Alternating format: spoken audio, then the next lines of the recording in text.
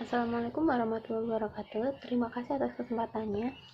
Saya Fairana Febrianti dengan NIM 2017-210495 akan mempresentasikan hasil metodologi penelitian saya dengan judul Pengaruh Penerapan Good Corporate Governance dan Corporate Social Responsibility terhadap kondisi financial distress pada perusahaan yang terdaftar di Bursa Efek Indonesia. Nah, yang pertama mengenai kerangka pemikiran. Pada penelitian ini menggunakan dua variabel, yaitu variabel dependent dan variabel independent. Variabel dependent yang digunakan dalam penelitian ini adalah kondisi financial distress, dan variabel independent atau variabel yang mempengaruhi yaitu good corporate governance yang diproyeksikan sebagai ukuran Dewan Direksi sebagai X1, ukuran Dewan Komisaris sebagai X2, kepemilikan manajerial sebagai X3, kepemilikan institusional sebagai X4, dan corporate social responsibility sebagai X5. Selanjutnya yaitu hipotesis penelitian. Hipotesis yang ada atau yang digunakan dalam penelitian ini berkaitan dengan ada tidaknya pengaruh variabel independen terhadap variabel dependen. Maka hipotesis yang dapat ditarik dari kerangka pemikiran tersebut yaitu yang pertama, H1, ukuran Dewan Direksi berpengaruh terhadap kondisi finansial distress. Yang kedua, H2, yaitu ukuran Dewan Komisaris berpengaruh terhadap kondisi finansial distress. H3, ukuran kepemilikan manajerial berpengaruh terhadap kondisi financial distress. H4, ukuran kepemilikan institusional berpengaruh terhadap kondisi financial distress. Dan yang H5 yaitu corporate social responsibility berpengaruh terhadap kondisi financial distress. Selanjutnya mengenai metodologi penelitian, di sini ada 7 poin. Poin yang pertama yaitu rancangan penelitian. Nah, berdasarkan pada karakteristik masalahnya, penelitian ini termasuk dalam penelitian kausal komparatif, di mana penelitian kausal komparatif ini adalah suatu penelitian yang dengan karakteristik masalah yang berupa sebab akibat antara dua variabel atau lebih. Nah, dalam penelitian ini terdapat beberapa variabel independen, yaitu pengaruh good corporate governance yang diproyeksikan sebagai ukuran Dewan Direksi, ukuran Dewan Komisaris, kepemilikan manajerial, dan kepemilikan institusional, dan corporate social responsibility. Sedangkan variabel dependennya yaitu financial distress. Nah, berdasarkan pada time series tadi, penelitian ini menggunakan data-data panel karena sampel yang digunakan adalah perusahaan BUMN yang mengalami penurunan kinerja yang terdaftar pada Bursa Efek Indonesia selama periode 2017 sampai 2019. Nah, poin yang kedua yaitu batasan penelitian.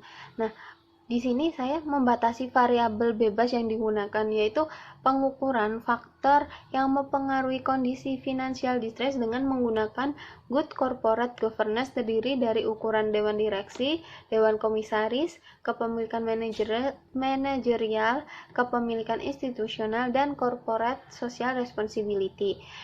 Kemudian perusahaan yang terdaftar di Bursa Efek Indonesia. Selanjutnya, perusahaan yang mengalami penurunan kinerja dan perusahaan dengan standar pengungkapan sustainability report yang dikeluarkan oleh Global Report Initiative Indonesia. Nah, poin yang berikutnya, poin ketiga yaitu identifikasi variabel. Pada penelitian ini menggunakan dua variabel, yaitu variabel dependent dan variabel independent. Yang variabel dependennya yang digunakan dalam penelitian ini adalah kondisi financial distress. Perusahaan yang merupakan variabel kategori financial distress adalah sebagai berikut. Kategori 1 untuk perusahaan yang mengalami kondisi financial distress, sedangkan kategori 0 untuk perusahaan yang tidak mengalami kondisi financial distress. Nah, perusahaan yang tidak mengalami kondisi financial distress ini ditandai dengan laba bersih yang dihasilkan tidak negatif selama 2 tahun atau lebih secara berturut-turut. Sedangkan perusahaan yang mengalami kondisi financial distress yaitu ditandai dengan laba bersih yang dihasilkan negatif selama 2 tahun atau lebih secara berturut-turut. Yang kemudian variabel independen atau variabel yang mempengaruhi yaitu variabel good corporate governance yang diproyeksikan dengan ukuran dewan direksi, ukuran dewan komisaris, kepemilikan manajerial, kepemilikan institusional. Nah, sedangkan corporate social responsibility ini diukur dengan menggunakan pengungkapan sustainability report yang dikeluarkan oleh Global Report Initiative. Nah, poin keempat yaitu definisi operasional dan pengukuran variabel. Pada bagian ini akan menjelaskan definisi secara operasional mengenai variabel dependen dan variabel independen, serta alat pengukuran yang akan digunakan dalam setiap variabelnya. Yang pertama, variabel dependen. Nah, financial distress ini merupakan keadaan atau kondisi di mana keuangan perusahaan sedang tidak sehat atau sedang mengalami krisis. Nah, kondisi financial distress ini terjadi sebelum perusahaan mengalami kebangkrutan. Dan untuk memprediksi tingkat financial distress suatu perusahaan, peneliti akan menggunakan model Altman Z-score. Nah, model Altman ini mengkombinasikan beberapa rasio seperti working capital dibagi total aset, retained earning dibagi total aset, EBIT dibagi total aset, market value of equity dibagi book value of total liability, kemudian sales dibagi total aset. Nah, model Altman ini sendiri merupakan model yang paling banyak digunakan dalam memprediksi kondisi financial distress. Yang kemudian variabel independen. Variabel independen pada peneliti ini adalah ukuran dewan direksi, ukuran dewan komisaris, kepemilikan manajerial, kepemilikan institusional, dan corporate social responsibility. Yang pertama, ukuran dewan direksi. Nah, dewan direksi ini adalah jumlah anggota dewan direksi dalam suatu perusahaan. Ukuran dewan direksi dapat diukur dengan berdasarkan pada jumlah dewan direksi yang ada dalam perusahaan tersebut. Yang kemudian, ukuran dewan komisaris adalah jumlah anggota dewan komisaris baik yang berasal dari internal perusahaan maupun dari eksternal perusahaan. Nah, ukuran dewan komisaris ini diukur berdasarkan dengan jumlah dewan komisaris pada periode pengamatan, yaitu selama tahun 2017 hingga 2019. Kepemilikan manajerial adalah persentase kepemilikan saham yang dimiliki oleh manajemen atau pihak-pihak yang terlibat dalam pembuatan keputusan perusahaan. Nah, dalam hal ini adalah dewan direksi, dewan komisaris, dan juga manajer, dibagi dengan jumlah saham yang beredar. Nah, kepemilikan manajerial ini dapat dihitung menggunakan variabel dummy, di mana apabila perusahaan tersebut memiliki kepemilikan manajerial maka akan diberi angka 1, dan apabila perusahaan tersebut tidak memiliki kepemilikan manajerial maka akan diberi angka 0. Nah, kepemilikan institusional adalah persentase kepemilikan saham yang dimiliki oleh suatu institusi. Institusi dalam penelitian ini adalah pemegang saham dari pihak institusi lain, baik di luar perusahaan, bukan anak maupun induk perusahaan, dan non-bank. Jadi pihak institusi yang dimaksud seperti lembaga asuransi, perusahaan investasi, dan institusi lainnya yang tidak memiliki hubungan dengan perusahaan. Nah, kepemilikan institusional ini dapat dihitung berdasarkan jumlah presentase kepemilikan institusional yang berasal dari institusi perusahaan.